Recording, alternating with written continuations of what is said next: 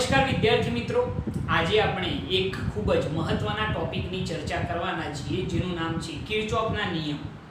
કિર્ચોફના નિયમોની જો વાત કરીએ તો મુખ્ય બે નિયમો છે. એક છે કિર્ચોફનો પ્રથમ નિયમ અને બીજો નિયમ. આપણે બંને નિયમો જોઈએ એના પહેલા કેટલાક પદો વિશે આપણે જાણતા હોવા જોઈએ. એની અંદર પહેલું પદ આપણે જો કહીએ તો નેટવર્ક કોને કહેવાય? નેટવર્ક અથવા તો એને આપણે કહીએ છીએ જટિલ પરિપથ. તો જટિલ પરિપથ કોને કહેવાય? તો એના નામ ઉપરથી જ ખબર પડી જાય કે પરિપથ કેવો હોય, જટિલ હોય. તો એવા પરિપથને શું કહેવાય? જટિલ પરિપથ. પરંતુ ફિઝિક્સની ભાષામાં જો લખવું હોય તો આપણે એવું લખી શકીએ કે જે પરિપથમાં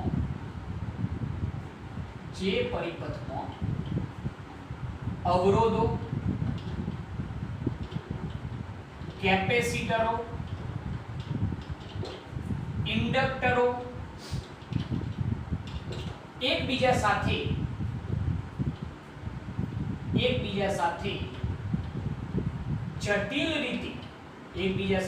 જટિલ રીતે જોડેલા હોય તેવા પરિપથને નેટવર્ક કહે છે. વ્યાખ્યા થઈ ગઈ. તો વ્યાખ્યા બહુ સિમ્પલ છે કે નેટવર્ક કોને કહેવાય? તો જે પરિપથમાં અવરોધો, કેપેસિટરો, ઇન્ડક્ટરો, બેટરીઓ આ બધાને એકબીજા સાથે જટિલ રીતે જોડેલા હોય તો તેવા પરિપથને શું કહેવાય? નેટવર્ક. સિમ્પલ વ્યાખ્યા થઈ ગઈ.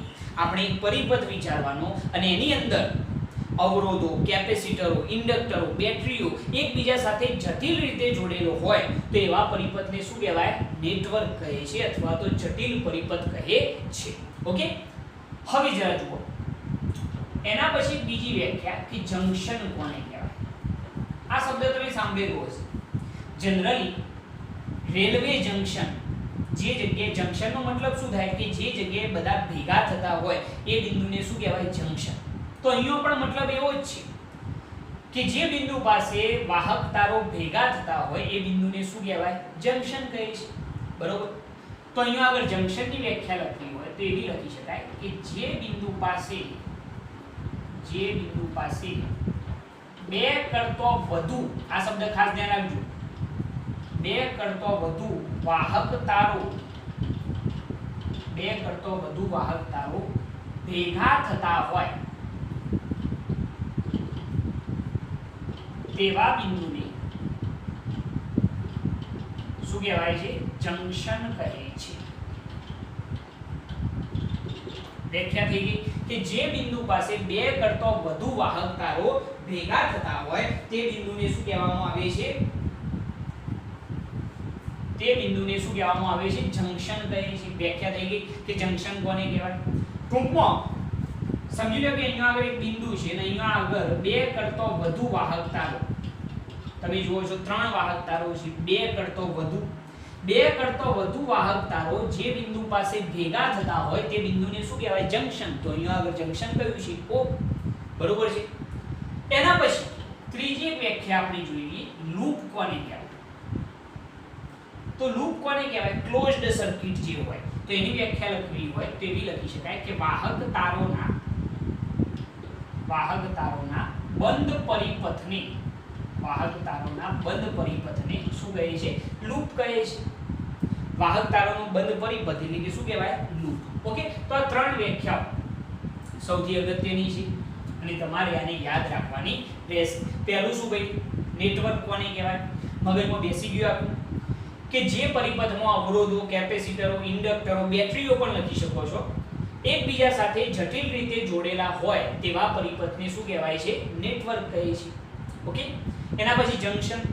તો જે બિંદુ પાસે બે કરતો વધુ વાહક તારો ભેગા થતા હોય તે બિંદુને શું કહેવાય? જંક્શન. આ બિંદુ પાસે બે કરતો વધુ, ધ્યાન રાખજો આ શબ્દ કે બે કરતો વધુ વાહક તારો ભેગા થતા હોય તે બિંદુને શું કહેવાય? જંક્શન કહે છે. અને એના પછી લૂપ. તો વાહક તારોના બંધ પરિપથને ક્લોઝડ સર્કિટ. બરોબર છે. વાહક તારોના બંધ પરિપથને શું કહેવાય છે? લૂપ કહે છે. ઓકે, હવે જરા જોજો એક બીજો પોઈન્ટ કે ભાઈ આપણે કિર્ચોફના નિયમ ભણવાના છે. આ ત્રણ વસ્તુ તો ઈઝી છે, ઈઝીલી ખ્યાલ આવી જાય, બરોબર છે. પરંતુ હવે કિર્ચોફના નિયમોની જરૂર કેમ પડી, કિર્ચોફના નિયમો કોને કહેવાય એ વસ્તુ આપણે સમજવાની છે. તો એની જરૂર કેમ પડી એ સમજી લઈએ પહેલા. તો આપણા જે સરળ પરિપથો છે એ સરળ પરિપથોનું વિશ્લેષણ ઓહ્મ્સ લોની મદદથી વિશ્લેષણ કરી શકાય છે. આપણા જે સરળ પરિપથોનો મતલબ શું થાય?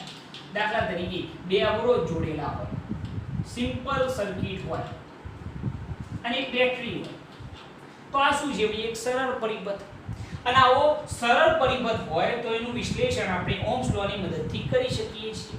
પરંતુ જે આપણા જટિલ પરિપથો છે, જે આપણું નેટવર્ક છે, એ જટિલ પરિપથો ઓહ્મ્સ લોની મદદથી, જટિલ પરિપથોનું ઓહ્મ્સ લોની મદદથી વિશ્લેષણ કરી શકાતું નથી.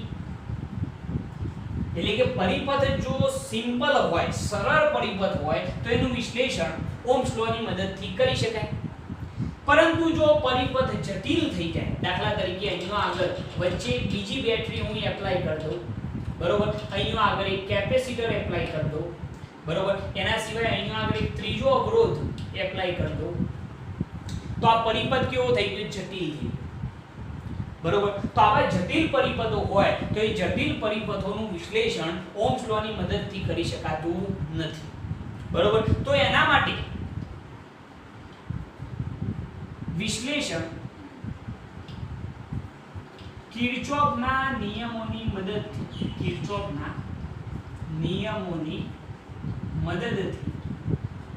કરી શકાય છે. હવે ખબર પડી ભાઈ કે કિર્ચોફના નિયમોની જરૂર કેમ પડી?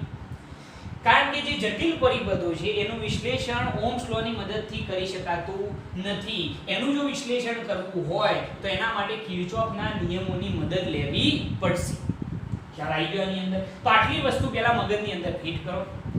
મેં તમને શું સમજાવ્યું? નેટવર્ક નામ ઉપરથી વ્યાખ્યા લખવાની કે જે પરિપથમાં અવરોધો, કેપેસિટરો, ઇન્ડક્ટરો એકબીજા સાથે જટિલ રીતે જોડેલા હોય તેવા પરિપથને શું કહેવાય? નેટવર્ક. જંક્શન કોને કહેવાય? જંક્શન એટલે નામ ઉપરથી જ ખ્યાલ આવી જાય કે જે બિંદુ પાસે બે કરતાં વધુ વાહક તારો ભેગા થતા હોય એ બિંદુને શું કહેવાય? જંક્શન. લૂપ કોને કહેવાય? તો ક્લોઝડ સર્કિટ. વાહક તારોના બંધ પરિપથને શું કહેવાય? લૂપ કહે છે. હવે કિર્ચોફના નિયમોની જરૂર કેમ પડી? હવે ખબર પડી કે આપણા સિમ્પલ જે સર્કિટ હોય છે, સરળ પરિપથો જે છે એ ઓહ્મ્સ લોની મદદથી એનું વિશ્લેષણ કરી શકાય. પરંતુ જે જટિલ પરિપથો હોય એનું વિશ્લેષણ ઓહ્મ્સ લોની મદદથી કરી શકાતું નથી. તો એના માટે આપણે કિર્ચોફના નિયમોની મદદ લેવી પડશે. આટલું ફટાફટ કરી નોટ કરો. હવે આપણે કિર્ચોફના નિયમો તરફ પ્રયાણ કરીએ. ઓકે, ચલો. આ ત્રણ વસ્તુની અંદર તો ખબર પડી ગઈ અને કિર્ચોફના નિયમોની જરૂર કેમ પડી એ પણ તમને હવે ખ્યાલ આવી ગયો છે. હવે જરા જોજો, આપણે હવે જોઈએ કિર્ચોફના નિયમોનો પ્રથમ નિયમ. કિર્ચોફનો પ્રથમ નિયમ.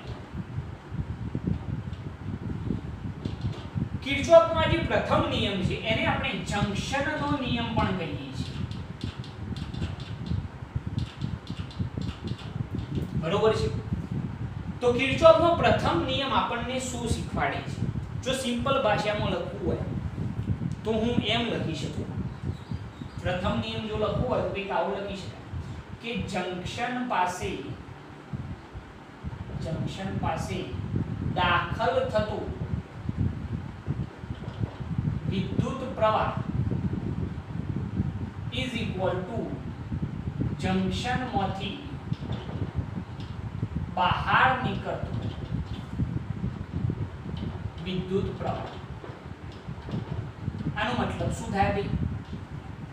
આના ઉપરથી એની જે વ્યાખ્યા છે, જે પ્રથમ નિયમ છે એ તમે લખી કાઢશો કે જંક્શન પાસે દાખલ થતો વિદ્યુત પ્રવાહ એ જંક્શનમાંથી બહાર નીકળતા વિદ્યુત પ્રવાહ જેટલો જ હોય છે. બસ આ જ નિયમ છે કે જંક્શન પાસે જેટલો વિદ્યુત પ્રવાહ દાખલ થાય એટલો જ વિદ્યુત પ્રવાહ જંક્શનમાંથી બહાર નીકળે છે.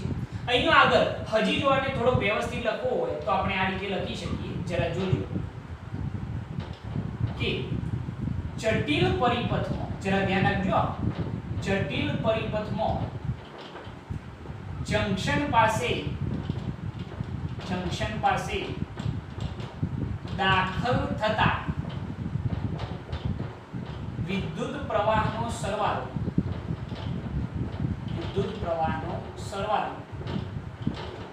જંક્શનમાંથી બહાર નીકળતા વિદ્યુત પ્રવાહના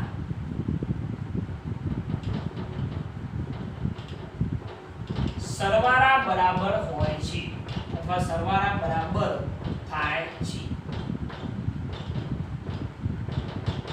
આ થઈ ગયો નિયમ. અહીંયાથી યાદ રાખી શકો તમે કે કિર્ચોફનો પ્રથમ નિયમ શું છે? તો જંક્શન પાસે જેટલો વિદ્યુત પ્રવાહ દાખલ થાય એટલો જ વિદ્યુત પ્રવાહ જંક્શનમાંથી શું થાય? બહાર નીકળે. તો એના ઉપરથી મેં અહીંયા લખેલું છે કે જટિલ પરિપથમાં જંક્શન પાસે દાખલ થતા વિદ્યુત પ્રવાહનો સરવાળો જંક્શનમાંથી બહાર નીકળતા વિદ્યુત પ્રવાહના સરવાળા બરાબર હોય છે. બરોબર છે? અથવા તો બરાબર થાય છે એવું આપણે લખી શકીએ છીએ. બરાબર હોય છે એમ લખીએ તો પણ ચાલશે. ઓકે, તો આ થઈ ગયો એનો નિયમ જે ઈઝીલી તમે સમજી શકો છો. દાખલા તરીકે આને સમજવા માટે હું એક પરિપથ બતાવું તમને. સપોઝ એક જટિલ પરિપથ અહીંયા આગળ આપણે દોરવાનો પ્રયત્ન કરીએ. સમજી લો કે અહીંયા આગળ એક બેટરી બતાવીએ. જટિલ પરિપથ તમે તમારી ઈચ્છા મુજબ બતાવી શકો છો. હું કંઈક આ રીતે બતાવું છું. જરા જુઓ.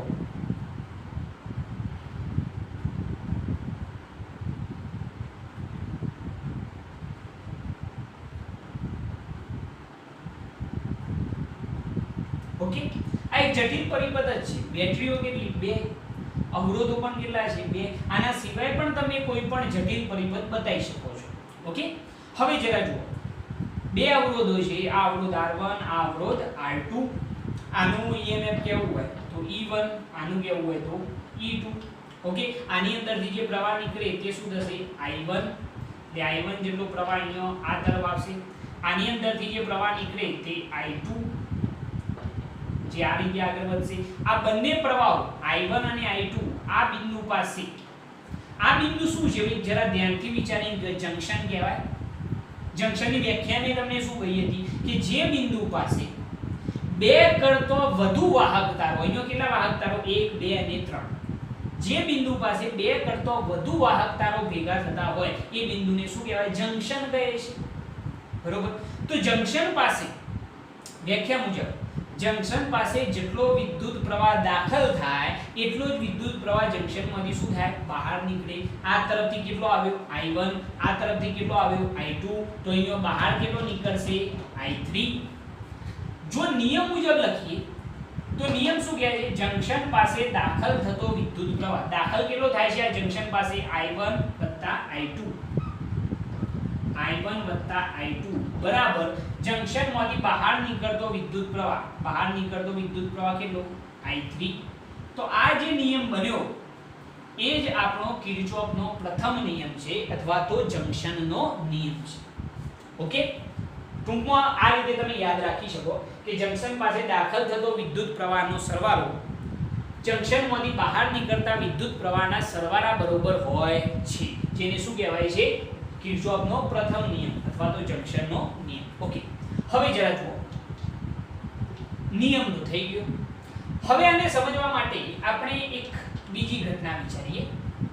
જરા ધ્યાન રાખજો. સમજી લો કે હું તમને એમ કહું કે અહીંયા આગળ કંઈક આ પ્રકારની એક સર્કિટ છે.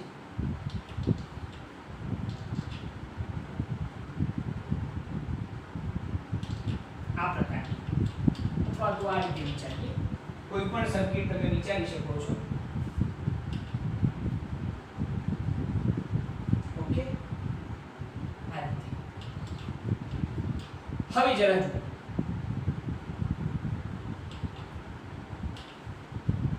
અહીંયા આગળ આ જે બિંદુ છે, આ બિંદુ પાસે બે કરતો વધુ વાહક તારો શું થાય છે?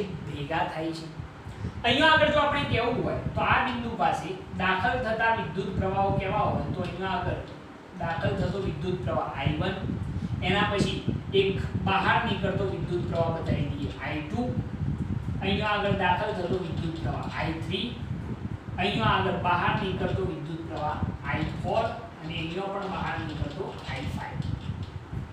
જરા ધ્યાનથી જોજો કે કયા કયા વિદ્યુત પ્રવાહો દાખલ થાય છે જંક્શન પાસે. આ જે જંક્શન પોઈન્ટ છે એ જંક્શન પાસે કયા કયા વિદ્યુત પ્રવાહો દાખલ થાય? તો I1 દાખલ થાય છે અને બીજો I3 દાખલ થાય છે.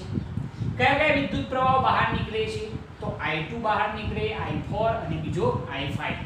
તો તમારે લખવું હોય આના ઉપરથી તો I1 I3 દાખલ થતા વિદ્યુત પ્રવાહનો સરવાળો is equal to I2 I4 શું થાય? I5.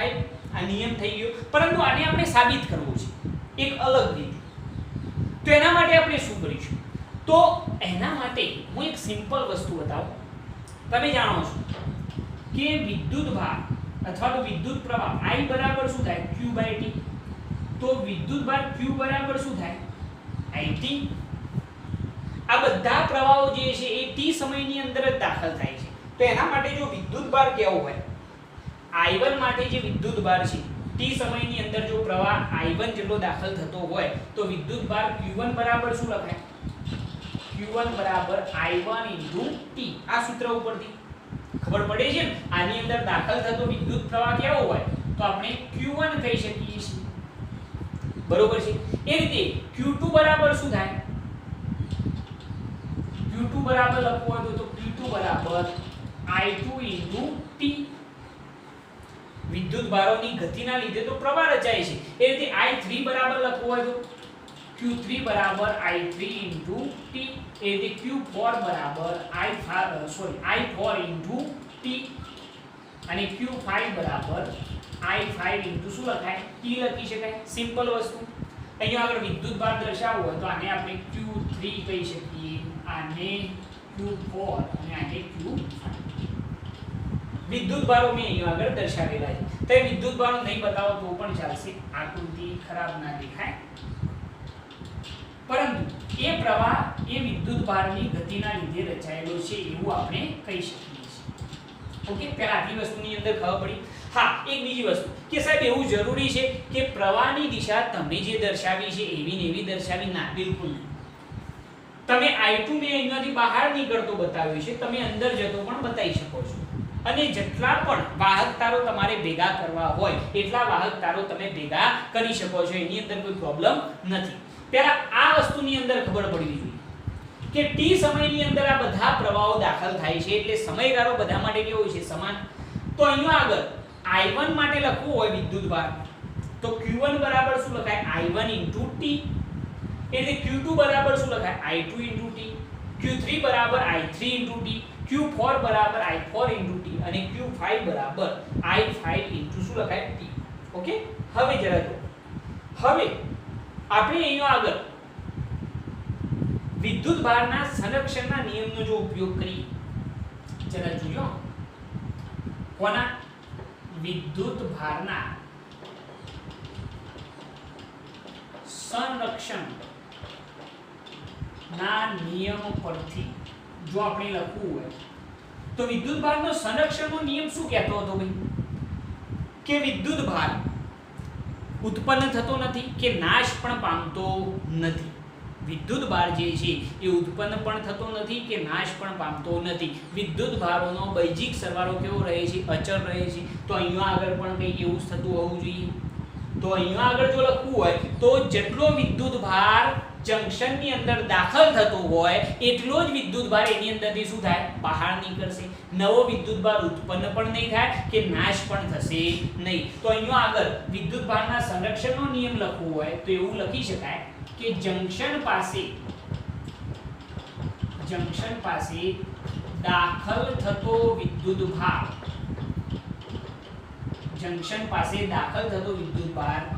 જંક્શનમાંથી બહાર નીકળતા વિદ્યુત ભાર જેટલો હોય છે, એટલે કે જંક્શન પાસે જેટલો વિદ્યુત ભાર દાખલ થાય એટલો જ વિદ્યુત ભાર જંક્શનમાંથી શું થાય બહાર નીકળે. હવે જરા તમે આકૃતિ પરથી કહી શકો કે જંક્શન પાસે કેટલો વિદ્યુત ભાર દાખલ થાય છે, કહી શકશો? હવે સાહેબ કઈ રીતે જરા જુઓ. I1 પ્રવાહ દાખલ થાય અને બીજો I3 દાખલ થાય, બાકીના I2 I4 અને I5 તો શું થાય બહાર નીકળે. તો દાખલ કેટલો વિદ્યુત ભાર થયો કહેવાય? I1 પ્રવાહ કોની ગતિના લીધે રચાય તો Q1 અને I3 કોના લીધે તો Q3. તો દાખલ થતો વિદ્યુત ભાર કેવો હોય તો Q1 શું કહેવાય Q3. Q1 Q3 is equal to જંક્શનમાંથી બહાર નીકળતો વિદ્યુત ભાર શું થાય તો Q2 વત્તા Q4 વત્તા Q5. આટલો વિદ્યુત ભાર જંક્શનમાંથી શું થાય બહાર નીકળે. આ કયો નિયમ છે ભાઈ? વિદ્યુત ભારના સંરક્ષણનો નિયમ, કે જેટલો વિદ્યુત ભાર દાખલ થાય એટલો જ વિદ્યુત ભાર ત્યાંથી શું થાય બહાર નીકળે. ઓકે, તો દાખલ કયો થયો Q1 Q3 is equal to બહાર કેટલો નીકળ્યો Q2 Q4 Q5. હવે અહીંયા આગળ જો આપણે લખવું હોય તો Q1 બરાબર શું લખાય સૂત્ર ઉપરથી તો Q1 બરાબર I1 * T. Q3 બરાબર શું લખાય I3 * T આના ઉપરથી. Q2 બરાબર I2 * T. Q4 બરાબર I4 * T. Q5 બરાબર I5 * T. લખી શકાય આવું? ઓકે, T અહીંયાથી કોમન, અહીંયાથી પણ કોમન, બંને બાજુથી T દૂર થઈ જાય, સમય ગયો તો અહીંયા આગળ શું થાય I1 + I3 is equal to I2 + I4 + I5 થઈ ગયું. બરોબર. ચલો આ બધા પદો બરાબરની આ બાજુ આવે તો કેવા થાય માઈનસ થાય. જરા લખીએ જોજો. તો I1 આ I2 બરાબરની આ બાજુ આવે તો -I2 + I3 એમને I4 બરાબરની આ બાજુ આવે તો -I4 અને I5 બરાબરની આ બાજુ આવે તો -I5 ઇઝ ઇક્વલ ટુ કેટલા થઈ જાય 0. બરોબર છે. આનો મતલબ શું થાય તો આનો મતલબ એવો થાય, જરા જોજો નિયમ એક વાર ફરીથી. જંક્શન પાસે ભેગા થતા વિદ્યુત પ્રવાહનો જંક્શન પાસે ભેગા થતા વિદ્યુત પ્રવાહનો બૈજિક સરવાળો કયો રહે છે અચળ રહે છે, અથવા તો તમે શૂન્ય રહે છે એવું પણ કહી શકો છો. બેમાંથી ગમે તે શબ્દ તમે યુઝ કરી શકો છો. બરોબર છે. બૈજિક સરવાળો અચળ રહે છે અથવા તો પછી શૂન્ય થાય છે એવું તમે લખી શકો છો. ઓકે, તો અહીંયા આગળ એ જ થઈ રહ્યું છે કે જંક્શન પાસે જેટલો પણ વિદ્યુત પ્રવાહ દાખલ થાય એટલો જ વિદ્યુત પ્રવાહ ત્યાંથી શું થાય છે બહાર નીકળે છે. મતલબ કે જંક્શન પાસે ભેગા થતા વિદ્યુત પ્રવાહનો બૈજિક સરવાળો કેવો રહે છે અચળ રહે છે. ઓકે, હવે આના ઉપરથી તમે એક સ્ટેટમેન્ટ લખી શકો. કેવું સ્ટેટમેન્ટ જરા ધ્યાનથી જોજો, નોટ કરીને અહીંયા આપણે લખીશું કે ભાઈ અહીંયા આગળ કયા કયા વિદ્યુત પ્રવાહ ધન આવે અને કયા કયા ઋણ આવે. તો એના માટે તમે ધ્યાનથી વિચારો તો તમને એક વસ્તુ ખબર પડી કે સાહેબ I1 અને I3 ધન આવે, I2 I4 અને I5 એ કેવા આવ્યા ઋણ આવે. તો એવું કેમ થયું? તો અહીંયા આગળ આપણે એવું ધારેલું છે કે દાખલ થતો વિદ્યુત પ્રવાહ શું ભાઈ દાખલ થતો વિદ્યુત પ્રવાહ આપણે કેવો રાખેલો છે ધન, અને જંક્શન પાસેથી બહાર નીકળતો વિદ્યુત પ્રવાહ આપણે અહીંયા કેવો રાખેલો છે ઋણ રાખેલો છે. જંક્શન પાસે જે વિદ્યુત પ્રવાહ દાખલ થાય તે કેવો ધન, અને જે વિદ્યુત પ્રવાહ બહાર નીકળે એ કેવો રાખેલો છે ઋણ રાખેલો છે. શું સાહેબ આવું જરૂરી છે? ના, તમે ગમે તેવી ઓલ્ટરનેટિવ સંજ્ઞા સ્વીકારી શકો છો. દાખલ થતો વિદ્યુત પ્રવાહ જો ઋણ વિચારો તો બહાર નીકળતો કેવો વિચારવાનો ધન. બરોબર છે. પરંતુ એક જ નિયમ આપણે કામમાં લઈશું. અહીંયા આગળ આપણે એવું વિચારીશું કે દાખલ થતો વિદ્યુત પ્રવાહ ધન તમે જોવો છો અને બહાર નીકળતા વિદ્યુત પ્રવાહ કેવા છે ઋણ છે. તો આ રીતે આપણે જંક્શનનો નિયમ સમજી શકીએ છીએ, જે ખૂબ જ સિમ્પલ છે. ઈઝીલી તમે આને સમજી શકો છો. યાદ રહેશે. આ ફરીથી એકવાર સમજાવી દઉં કે કિર્ચોફનો પ્રથમ નિયમ અથવા તો જંક્શનનો નિયમ શું કહે છે? તો નિયમ એકદમ સિમ્પલ, આટલું યાદ રાખો એટલે નિયમ ઈઝીલી લખાઈ જશે કે જંક્શન પાસે દાખલ થતો વિદ્યુત પ્રવાહનો સરવાળો એ જંક્શનમાંથી બહાર નીકળતા વિદ્યુત પ્રવાહના સરવાળા બરાબર હોય છે. થઈ ગયું નિયમ? બરોબર છે. જેટલો વિદ્યુત પ્રવાહ દાખલ થાય એટલો જ વિદ્યુત પ્રવાહ શું થાય? બહાર નીકળે. તો એના ઉપરથી વ્યાખ્યા છે કે જટિલ પરિપથમાં જંક્શન પાસે દાખલ થતા વિદ્યુત પ્રવાહનો સરવાળો જંક્શનમાંથી બહાર નીકળતા વિદ્યુત પ્રવાહના સરવાળા બરાબર હોય છે. આના ઉપરથી લખેલી છે. મેં અહીંયા એક જટિલ પરિપથ દર્શાવેલું છે. તમારે દરેક વખતે આવો જ દર્શાવો ના, તમારી ઈચ્છા હોય એવું. અહીંયા મેં બે બેટરી અને બે અવરોધ વડે એક જટિલ પરિપથ બતાવેલું છે. અહીંયા તમે ગમે તે પરિપથ બતાવી શકો છો. અહીંયા પણ એકાદ અવરોધ દોરવો હોય તો દોરી શકો, અહીંયા પણ એકાદ કેપેસિટર લગાવવું હોય તો લગાવી શકો, કોઈ પ્રોબ્લેમ છે નહીં. પરંતુ મેઇન ટોપિક છે આ બી બિંદુ આપણું શું કહેવાય? જંક્શન કહેવાય કે નહીં? જંક્શન. બે કરતો વધુ વાહક તાર ભેગા થતા હોય તો એ જંક્શન છે. આની અંદરથી પ્રવાહ નીકળ્યો I1, આની અંદરથી નીકળ્યો I2. તો જંક્શન પાસે જેટલો વિદ્યુત પ્રવાહ દાખલ થાય એટલો જ વિદ્યુત પ્રવાહ શું થાય? બહાર નીકળે. તો I1 I2 બરાબર શું થાય? I3 નિયમ મુજબ. ઓકે. હવે આના વસ્તુ એક બીજી રીતે સમજીએ. મેં પહેલા એક આવી આકૃતિ દોરી, આ જરા જોજો.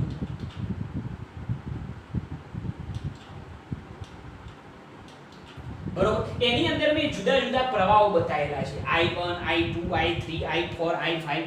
તમે આની નિશાની ગમે તે તરફ બતાવી શકો, તમારી ઈચ્છા અનુસાર તમે નિશાની રાખી શકો છો. બરોબર, અંદર બહાર ગમે. હવે અહીંયા આગળ આપણને ખ્યાલ છે કે આપણે આ પ્રવાહ પરથી વિદ્યુત ભાર દર્શાવી શકીએ. આ બધો પ્રવાહ t સમયમાં દાખલ થાય છે. તો એના ઉપરથી વિદ્યુત ભાર લખવો હોય તો Q1 બરાબર શું લખાય? I1 * t, Q2 બરાબર I2 * t, Q3 બરાબર I3 * t, Q4 બરાબર I4 * t અને Q5 બરાબર I5 * t. ઈઝીલી લખી શકાય. ઓકે. હવે અહીંયા આગળ એક સૌથી અગત્યની વસ્તુ કે અહીંયા આપણે વિદ્યુત ભારના સંરક્ષણના નિયમનો યુઝ કરીએ છીએ. અને નિયમ શું કહે છે? સંરક્ષણનો નિયમ શું કહેતો કે વિદ્યુત ભારનું સંરક્ષણ થાય એનો મતલબ શું? કે નવો વિદ્યુત ભાર ઉત્પન્ન ના થાય કે નાશ પણ થતો નથી. મતલબ કે વિદ્યુત ભારોનો બૈજિક સરવાળો કેવો રહે છે? અચળ રહે છે. તો અહીંયા પણ એવું જ થતું હોવું જોઈએ કે જેટલો વિદ્યુત ભાર જંક્શન પાસે દાખલ થાય એટલો જ વિદ્યુત ભાર જંક્શનમાંથી શું થાય? બહાર નીકળે. એના જ વસ્તુ છે. જો જંક્શન પાસે દાખલ થતો વિદ્યુત ભાર જંક્શનમાંથી બહાર નીકળતો વિદ્યુત ભાર. ઓકે. તો જંક્શન પાસે દાખલ થતો વિદ્યુત ભાર કેટલો? Q1 + Q3. કોઈ કન્ફ્યુઝન નહીં. ઓકે. બહાર નીકળતો વિદ્યુત ભાર Q2 + Q4 + Q5. આની જગ્યાએ મેં આ સૂત્રો એપ્લાય કરેલા છે, t કોમન કાઢી દૂર કરેલા છે, પછી આ પદને બરાબરની આ બાજુ લાવ્યા તો કેટલું થઈ ગયું? 0. નિયમ લખ્યો ફરીથી કે જંક્શન પાસે ભેગા થતા વિદ્યુત પ્રવાહનો બૈજિક સરવાળો અચળ રહે છે અથવા તો શૂન્ય હોય છે. બરોબર છે. અને એક બીજી વસ્તુ કે અહીંયા આગળ દાખલ થતો વિદ્યુત ભાર અથવા તો પ્રવાહ મેં કેવો લીધેલો છે? ધન. અને બહાર નીકળતો વિદ્યુત પ્રવાહ કેવો લીધેલો છે? ઋણ. તમે આના કરતા ઉલટી નિશાની પણ વિચારી શકો છો, એમાં કોઈ પ્રોબ્લેમ છે નહીં. તો આ જે નિયમ થયો એ કિર્ચોફનો પ્રથમ નિયમ અથવા તો જંક્શનનો નિયમ થયો કહેવાય. આને KCL પણ કહેવામાં આવે છે. આને બીજું શું કહી શકાય છે? KCL. KCL કેમ કહેવામાં આવે છે? એનું કારણ શું છે? તો કિર્ચોફ કરંટ લો પણ એને કહેવામાં આવે છે. શું કહેવાય એને? કિર્ચોફ કરંટ લો એટલે KCL પણ કહી શકાય. ઓકે. તો આ વસ્તુ આખી તમે નોટ કરો. નેક્સ્ટ ટાઈમ આપણે એક નવા લેક્ચર સાથે હાજર થઈશું. ત્યાં સુધી જય ભારત, જય હિન્દ. ઓકે.